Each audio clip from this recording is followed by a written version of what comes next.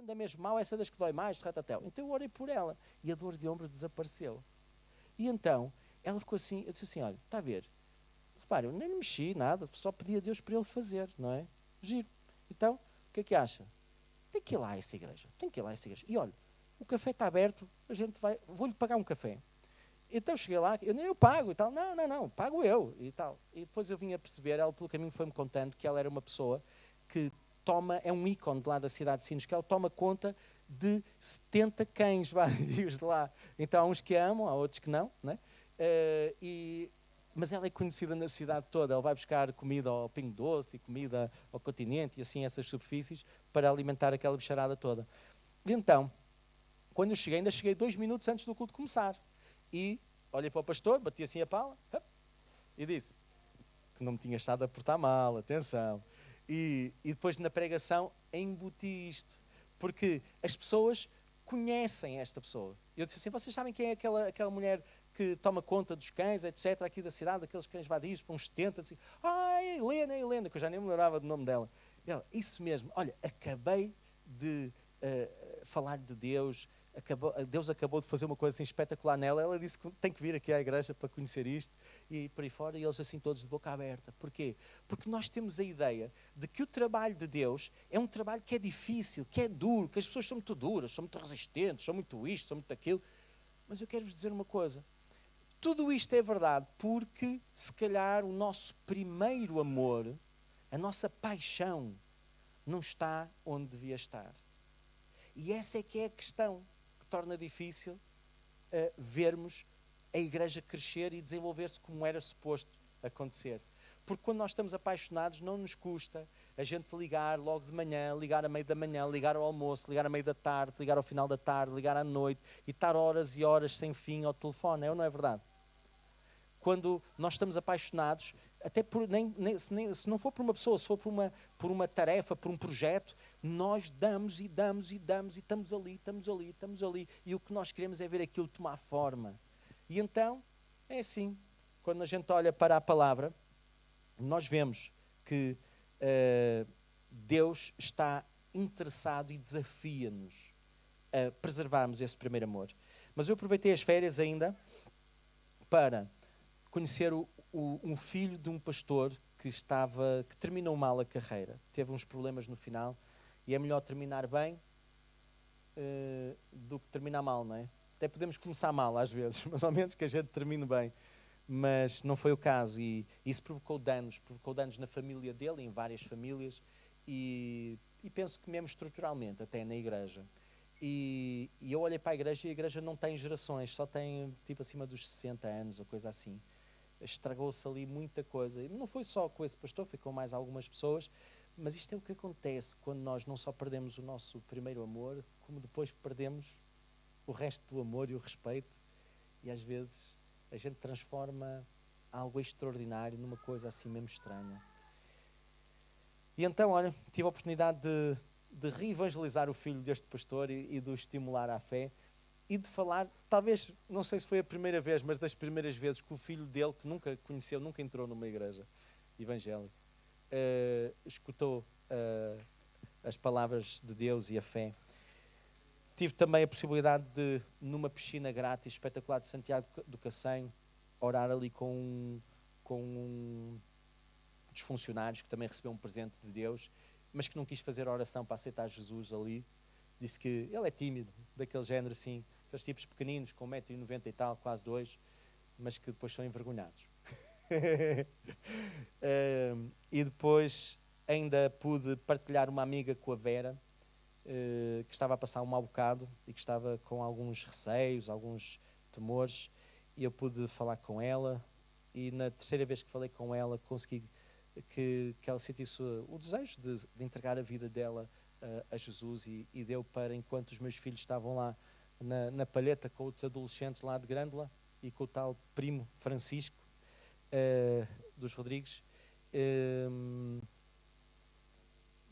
tivemos a oportunidade de a conduzir a Jesus e de ver ali, enquanto se fazia num dos lugares mais emblemáticos da cidade, fiz 10 km dentro do mesmo recinto, um jardim. Fartei-me de andar. Foi para aí 2 horas, não foi? Que andámos por ali. E é tão giro, porque as coisas de Deus, elas exigem alguma coisa de nós, mas elas, em vez de nos drenarem as forças, elas revitalizam-nos. Por isso é que Deus diz que a gente pode correr e não se cansar, caminhar e não se fatigar.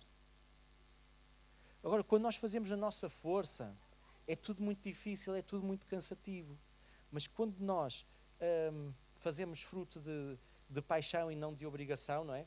Porque eu ainda por cima estava de folga, não é? Não precisava de fazer estas coisas, não estava a falhar se não as fizesse.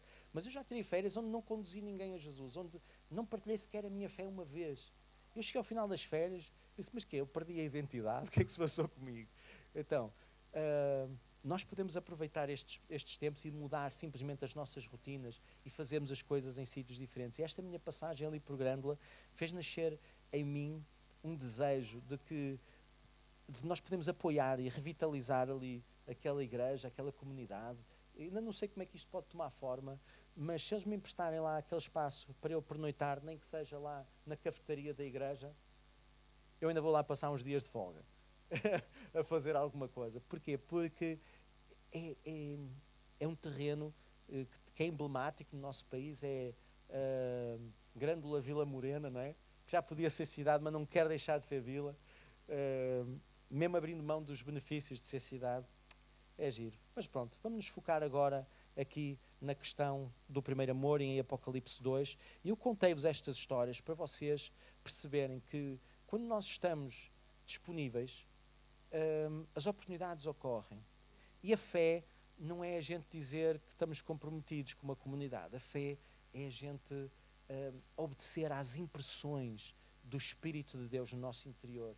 E quando a gente percebe, olha, podia-me ter conversa com este, a gente experimentar e depois logo se vê o que é que vai acontecer. Porque Deus disse para nós não estarmos muito preocupados com o que é que devíamos dizer, porque Ele dava-nos. Mas também vos quero dizer que um bom improviso acontece muito mais frequentemente quando a gente tem uma boa preparação. Então, quando nós estudamos, quando nós meditamos, quando nós buscamos, quando nós cultivamos a nossa paixão por Deus, é muito mais fácil estes improvisos. E quando nós estamos perto de gente que nos inspira e que nos mostra, não é? Como é que é. Então vamos falar acerca de como e o que fazer para mantermos o nosso primeiro amor. E vamos ler aqui este texto, porque este texto é mesmo emblemático, é uma das cartas que Jesus Cristo escreve à igreja. Ele escreveu 7 cartas através do João. É a carta à igreja de Éfeso, o local onde o próprio João escreveu o livro do Apocalipse e escreveu as cartas. Foi ali que Deus lhe ditou aquela carta.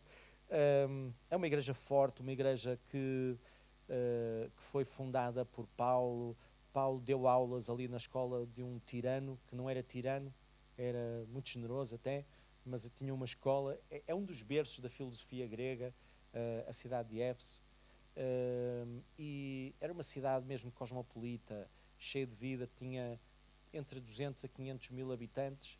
Só o circo romano, para eles se divertirem e verem aquelas bestialidades, tinha capacidade de entre 20 a 40 mil. Eles não sabem se eles eram mais magrinhos, se eram mais largos, mas ali, estão a ver, vamos pôr 25 mil cabiam. Era um estádiozinho à maneira, para ver atrocidades, mas pronto. Para vocês terem noção da dimensão da cidade. O Timóteo foi lá pastor, a própria Maria viveu lá com João e foi lá onde ela terá sido sepultada. Foi lá também que começou o culto a Maria, porque havia uma deusa, a grande Diana dos Efésios, e no cristianismo não havia uma divindade feminina, e foi lá que eles chegaram a este raciocínio. Portanto, Maria é mãe de Jesus, Jesus é Deus, logo Maria é mãe de Deus. Estão a ver? Foi lá que eles fizeram este raciocínio. Por isso é que os silogismos gregos não nos servem, porque a lógica de Deus é diferente. Não é? Nós, pelo silogismo, chegamos onde o homem é capaz. Com a lógica de Deus, chegamos onde Ele é capaz.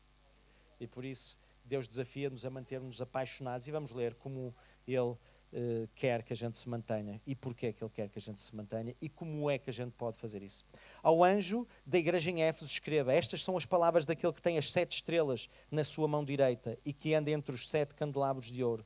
Conheço as tuas obras e o teu trabalho árduo, a tua perseverança. Sei que não podes tolerar homens maus e que puseste à prova os que dizem ser apóstolos, mas não o são, e descobriste que eles eram mentirosos. Tens perseverado e suportado sofrimentos por causa do meu nome e não tens desfalecido.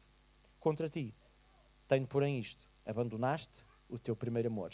Lembra-te depois onde caíste, arrepende-te e pratica as obras que praticavas no princípio. Pratica as primeiras obras, as obras da paixão, do amor. Se não te arrependeres, virei a ti e tirei o teu candelabro do lugar dele. Mas há uma coisa a teu favor, é que tu odeias as práticas dos nicolaítas, como também eu as odeio. Aquele que tem ouvidos, ouça o que o Espírito diz às igrejas. Ao vencedor, eu darei o direito de comer da árvore da vida que está no paraíso de Deus. Ora, nós não vamos aprofundar muito, mas vamos focar-nos só aqui, nestes detalhes. Apesar das suas muitas qualidades, de ter tudo para dar certo, porque pregava com fervor, pregava com poder, não recuava, inclusive, diante do martírio, esta igreja. Apesar de todas essas suas boas obras, o seu trabalho árduo, a sua perseverança, apesar de ter bases e discernimento para não tolerar homens maus que se queriam infiltrar nos lugares de liderança, foi assim que a Igreja Católica se corrompeu. As mesmas pessoas que inventaram a Santa Inquisição geraram a Igreja Satânica, para vocês verem. Giro, não é? Caricato. E depois a Igreja Católica fica com a mancha. Mas qual foi o erro? Foi tolerar determinado tipo de pessoas na sua liderança, que suja o bom nome da Igreja e que a corrompe, não é? Ora, também aconteceram coisas dessas na Igreja Evangélica e em todas as organizações, por melhores que sejam os seus fins. Ora, então, esta era uma igreja que tinha então estas bases, este discernimento para não tolerar estas pessoas que se queriam infiltrar, mas apesar dos seus membros terem perseverado, suportado sofrimentos por causa do nome de Cristo e não terem desfalecido diante deles, como diz o verso 3, eles estavam a ser chamados à atenção por Jesus Cristo, que lhes disse que tinha algo contra eles. E o que era esse algo? Perdão. Eles tinham abandonado o seu primeiro amor. Ora, já não respondiam com o zelo e com a loucura típica da paixão ao amor que Jesus Cristo tinha demonstrado por eles. Porquê? Porque Jesus viveu o que nós não somos capazes de viver. E Ele viveu uma vida íntegra, uma vida limpa, para no final a oferecer em troca da nossa. Por isso vocês lembram-se da última asneira que vocês me viram fazer ou não? Lembram-se? Já não faz parte de mim, eu já me arrependi, já faz parte do passado de Jesus. O meu passado está lavado nesse sangue. E eu lembro-me que fiz determinadas coisas. A minha memória é como a chave de um carro velho que eu vendi e que se eu ouvir eu posso ir lá e abrir. Só que eu ao abrir estou a abrir uma coisa que não é meu. Como é que se chama este crime, Luís? Não te lembras? Mas é qualquer coisa do género, pronto, esticar-me. É qualquer coisa do género, mexer numa coisa que não é minha. E então, eu tenho com a memória acesso ao meu passado. Mas em Cristo Jesus o meu passado não é mais meu, porque foi comprado. E os meus pecados já não são mais meus, eles foram cravados lá na cruz. O escrito de dívida foi cancelado. Eu não tenho que viver em função das minhas bestialidades, das minhas explosões de raiva, da minha imoralidade, ou da minha insensatez, ou da minha preguiça, ou do meu isto, ou do meu aquilo. Não preciso de viver em função de nada disso. Porque em Cristo Jesus, Ele viveu para que Ele tivesse a vida perfeita dele, para entregar em troca da minha. E Ele morreu para eu não ter que provar essa morte. Eu também vou morrer, que é a consequência natural de estar vivo, não é? Por causa do pecado. Mas eu não vou morrer para ficar morto, eu vou morrer para ser regenerado, para ser transformado, para que aquilo que se corrompe seja revestido da incorruptibilidade. Eu vou morrer para herdar um corpo incorruptível como aquele que Jesus tinha, em que ele entrava e nem precisavam de lhe abrir a porta, comia na mesma, divertia-se, convivia com quem queria. É um corpo espetacular. Eu já aderi. Eu já alinhei. Eu já disse que sim, quero um corpo desses. Ainda não sei como é que é. Gostava de conhecer as leis da física e da química e da biologia associadas a esse corpo. Vou ter muitos anos para investigar quando estiver lá e quando tiver o meu. Mas a verdade é que eu confio neste Jesus. E ao confiar, isto apaixona-me. Isto faz-me ficar com vontade de não querer guardar estas coisas só para mim, não é? Mas qual é que é o problema? É que ele não só viveu, nem morreu. Ele ressuscitou. E ele venceu tudo o que nos vence. E ele quer transferir essas vitórias. Só que o problema é que nós temos aquele mito de que é tudo automático. Estão a ver?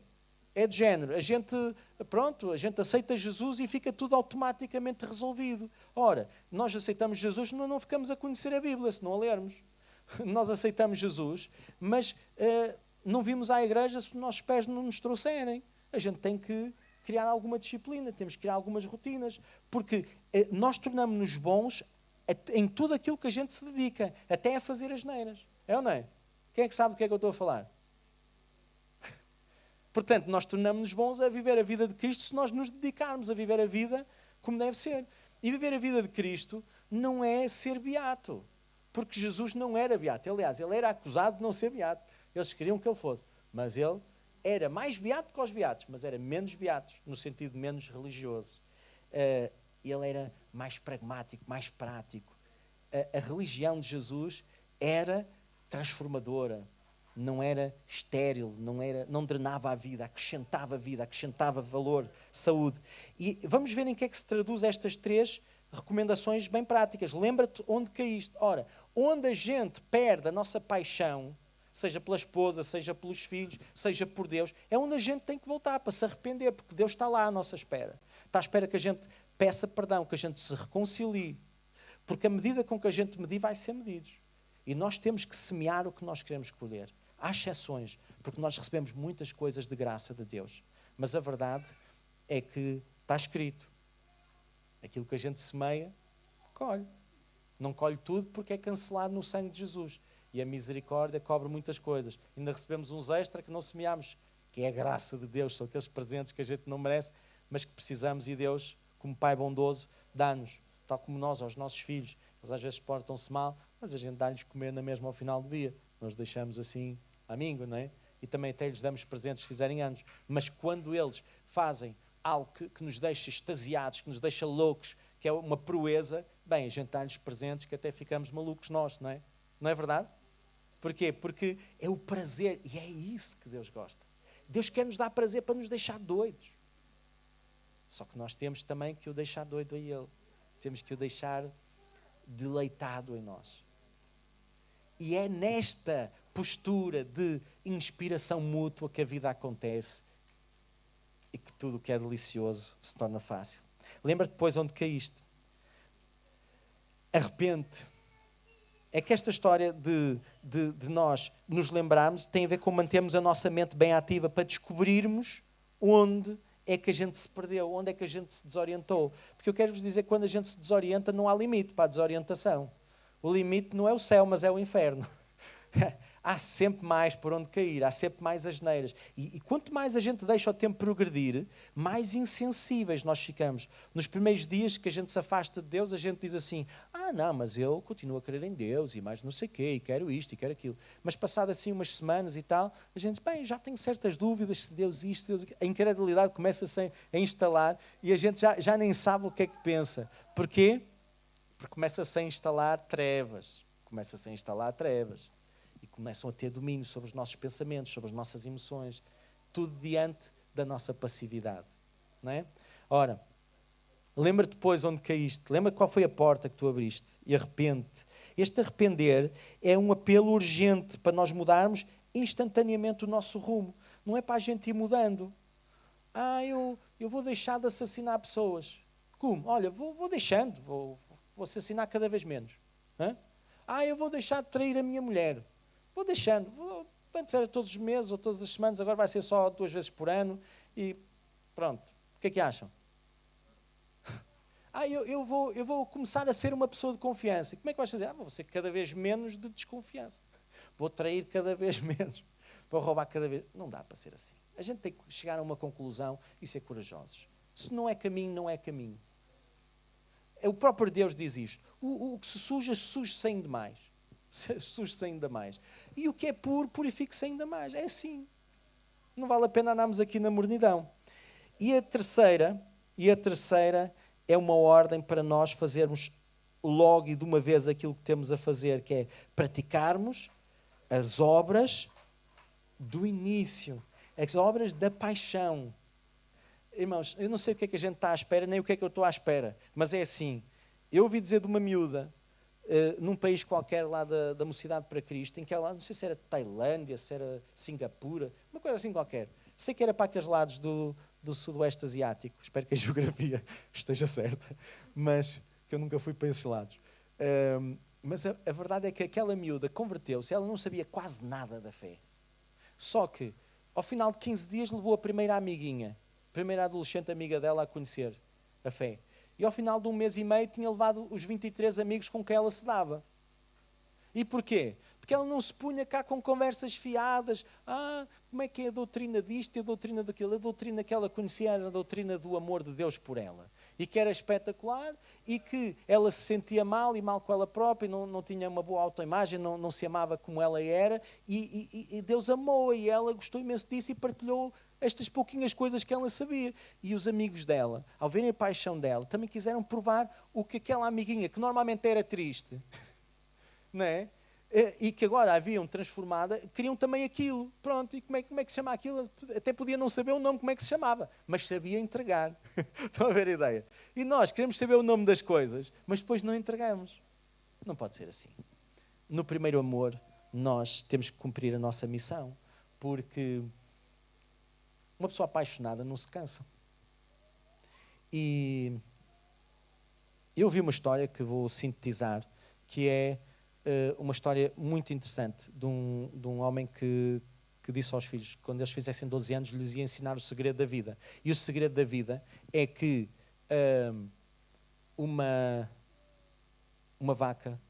a vaca não dá leite.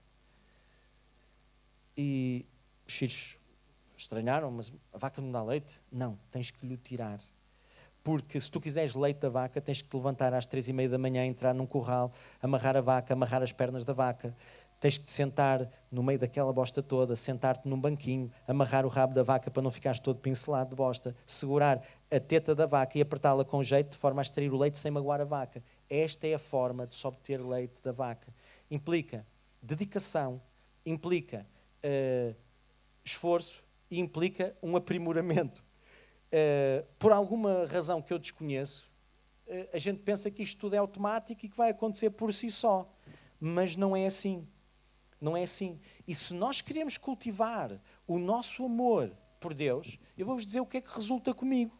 E o que é que resulta com montes de pessoas que eu pude cruzar esta informação. Olhem, uma das coisas que resulta comigo é ler a Bíblia. E ler a Bíblia frequentemente. Foi feito um estudo em que se via as consequências de ler a Bíblia uma vez por semana, como nós aqui fizemos. Olha, vamos abrir em Apocalipse 2, vamos ler dos versos 1 ao 7. Vocês sabem o que é que muda a nível dos nossos comportamentos? Lemos uma vez por semana a Bíblia assim desta maneira? 0. E eles mediram isto em vários indicadores que eu já vou referir mais à frente. Depois experimentaram, e os que leem 2, o que é que isso muda? Nada. E os que leem 3, sentiu-se ali qualquer coisa, mas na mesma. Mais morto que vivo. Mas a partir dos que liam 4 vezes por semana, ou seja, daqueles que faziam da leitura um hábito e que se alimentavam, não eram alimentados só,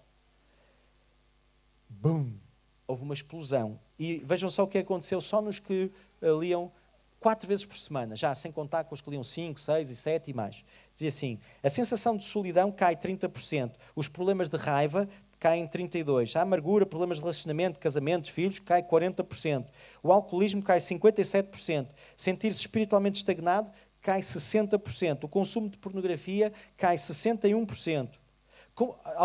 E por outro lado, compartilhar da fé aumenta 200%, vai para o dobro das vezes. E discipular outros aumenta 230%. Porquê? Porque nós passamos a confiar na palavra de Deus. Passamos a conhecê-la e ela é um recurso que está pronto. Olha, outra coisa que me ajuda imenso também a manter esta chama viva é orar. E em vez de orar aquelas orações xoxas de Perreu para o pé, obrigado por este pitel à mãe, dá-nos uma noite descansada, arranja-me um lugar para estacionar, aquelas coisas assim utilitárias, bem utilitárias.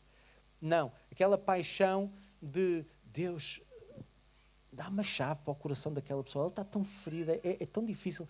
Vá, mostra-me como é que a gente chega com o teu amor a ela. Orações que vêm da compaixão.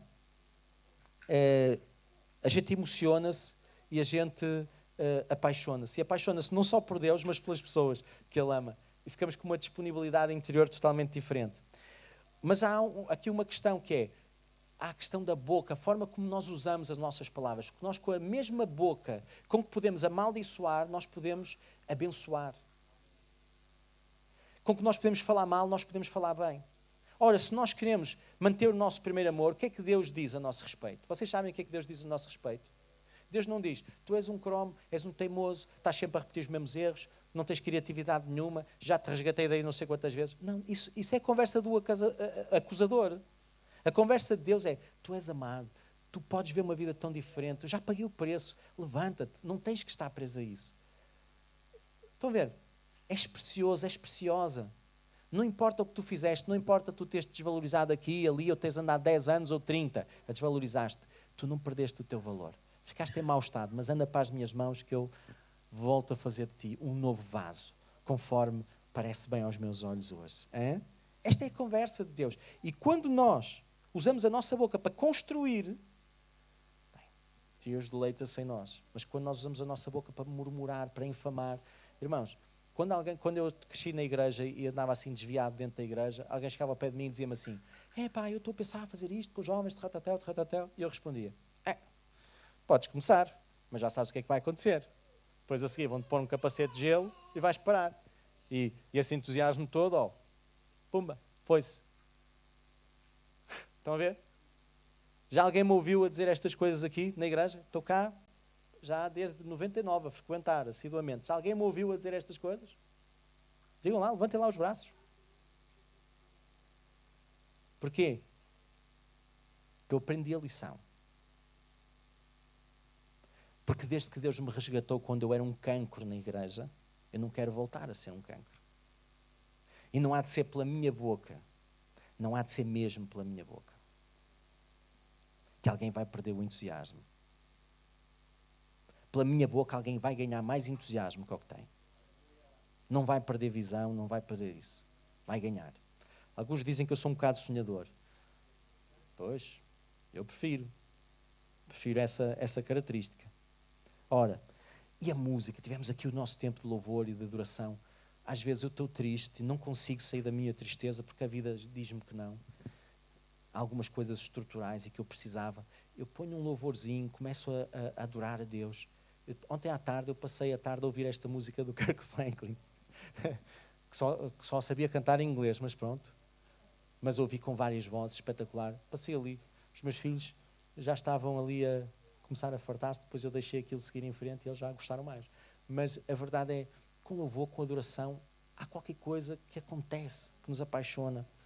E a música passa aos nossos filtros.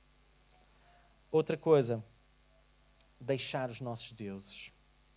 Porque nem é apenas as coisas más, como a gente querer idolatrar o dinheiro, a fama, o poder, o sexo, ou isto ou aquilo. Às vezes até coisas boas, como o trabalho, como os filhos. Qualquer coisa, até a esposa ou o marido, se tornar um ídolo para nós e a gente depender mais dessa pessoa do que de Deus, já está a ocupar um espaço indevido, já se está a tornar tóxico para nós, temos que pôr as coisas no lugar. Porquê? Porque até o trabalho, o nosso servir a Deus, há pessoas que servem com excelência, fazem um bom trabalho, mas depois aquilo não produz o fruto. Porquê? Porque aquela excelência, aquela dedicação não é acompanhada de uma integridade, de uma vida que não suja a beleza daquela dádiva. Por isso, não há primeiro amor, não há paixão. Porque estamos apaixonados por coisas que para nós são ainda mais sedutoras do que o nosso Deus. Mas tem que incluir aqui esta, que é nós fazermos guerra espiritual. Porquê? Porque a gente luta muito às vezes no natural e nós culpamos-nos de coisas e sentimos-nos sujos por coisas que são perfeitamente intrusivas. Às vezes a gente tem pensamentos até maus uns sobre os outros, que vêm das trevas, são assim tipo um dardo inflamado, e a gente, pois é, nunca tinha pensado nisso. E deixamos o incêndio começar. E emprestamos a nossa boca para o propagar e tudo. Não. Às vezes nós estamos cansados, queremos ler a Bíblia e não temos vontade nenhuma. Quando estiverem assim, experimentem fazer esta oração. Olha, Deus, eu não sei o que é que está a passar, mas eu quero ler a tua palavra. Por isso, olha, eu repreendo qualquer influência maligna para me impedir de ler a Bíblia. Agora, no nome de Jesus. Experimentem fazer isto. É pecado fazer isto ou não? E se não for? Se não for, não vai acontecer nada de mal. E se for? E se for, vocês vão descobrir. Porquê? Porque Deus diz que Ele tem toda a autoridade e deixou-nos. Por isso vão, façam discípulos. A gente não usa a autoridade, depois queríamos ver resultados. Olha, há coisas que têm que ser trabalhadas com os nossos recursos naturais, com a nossa força, com a nossa perseverança, a nossa persistência. Mas há coisas, as armas de Deus não são carnais. Elas são poderosas em Deus para destruir fortalezas, pensamentos que se impregnam na nossa mente e que desfiguram aquilo que é a mente que Cristo está a formar em nós. Então, preguiças, apatias, indiferenças, oposição ao louvor e à pregação. Experimentem orar assim, de uma forma assim mais psicadélica. E vocês vão ver o que é que acontece. Porque eu às vezes também me aborreço de ouvir algumas coisas e de alguns ambientes. Só que, por um lado, há a disciplina. Por outro lado, há uma luta. E não é só a minha carne. Às vezes tenho ajudas. Estão a ver? Então, outra coisa que me ajuda também muito para terminar é orar em línguas. E eu vou-vos dizer porquê. Porque para mim foi um pouco difícil eu aprender a posicionar-me bem diante de Deus para poder ter esta experiência, porque o meu cérebro nunca tinha feito nada que ele não entendesse. Já tinha feito muitas asneiras, mas eu entendia quais eram as asneiras e porque é que eu estava a fazer. Mas falar em línguas o meu cérebro não participa. Então era muito esquisito para mim ter esta experiência, mas depois de eu a ter, eu percebo, por exemplo, a gente quando ora por uma pessoa para ela ser curada, quando oramos por uma pessoa para ela ser liberta, quando oramos por uma pessoa para ela se reconciliar consigo mesma, algumas são coisas assim mais espirituais, outras são mais naturais, quer dizer, se não nos cabe na cabeça, também não nos vai caber nos olhos. Não, a gente tem que fazer coisas que vão para além de nós, porque Deus vai para além de nós, Ele criou-nos. E Ele está apaixonado por nós, mesmo quando nós somos mais um peso do que um valor na igreja dele. E eu queria que a gente terminasse orando, pedindo a Deus para renovar o nosso primeiro amor. Para deixarmos de ser alguém que se alimenta, mas não alimenta tanto quanto podia. Para deixarmos de ser alguém que consome, em vez de ser alguém que gera. Ok? Senhor Jesus, nesta manhã estamos aqui, Pai, para nos consagrarmos a Ti e louvamos-Te por esta palavra que nos chama a focarmos-nos no primeiro amor, Deus. A voltarmos ao nosso primeiro amor, a voltarmos às primeiras obras. Pai, nós temos-nos esforçado, temos visto coisas, fruto do nosso trabalho, Pai. Mas quando nós fazemos o nosso trabalho com a Tua força, com o Teu poder, Deus, é tudo tão mais leve. Por isso nós estamos aqui para Te pedir perdão pelas coisas em que temos caído. Pedimos-Te perdão pelas nossas imoralidades, pedimos perdão pelas nossas maledicências, pedimos perdão, Pai, por Te trairmos a Ti, por buscarmos noutros mananciais que não nos mananciais das águas vivas, Pai, daquele que deu a sua vida por nós, por buscarmos realização e empenho e nos empenharmos tanto, Pai, em coisas que não geram nada, que só nos ocupam o tempo e nos drenam a vida e nos deformam o caráter. Pai, no nome de Jesus, queremos Te pedir perdão. Lembramos-nos hoje de onde temos caído, dos outros ídolos que temos levantado diante de Ti e pedimos, Pai, que Tu nos resgates. Pedimos, Pai, que Tu nos tragas de volta, que nos voltes a firmar nos nossos pés, que Tu nos disciplines, porque a Tua disciplina não é para a destruição. A Tua disciplina é para que aquele que manqueja não se desvie inteiramente, antes seja sarado. É esse o propósito. Então vem, Pai, e corrige-nos, Pai, e ajuda-nos a firmar os nossos passos no Teu amor e a expressarmos a paixão por Ti, construindo contigo o Teu reino, o qual nós chamamos. Venha o Teu reino, a começar na nossa vida e através dela para outros, no nome de Jesus, para a Tua glória. Obrigado pela vossa paciência. Não consegui cumprir o meu tempo, mas vim de férias. Ainda estou com aquele relax. Estou assim um bocado pausado, mas pronto.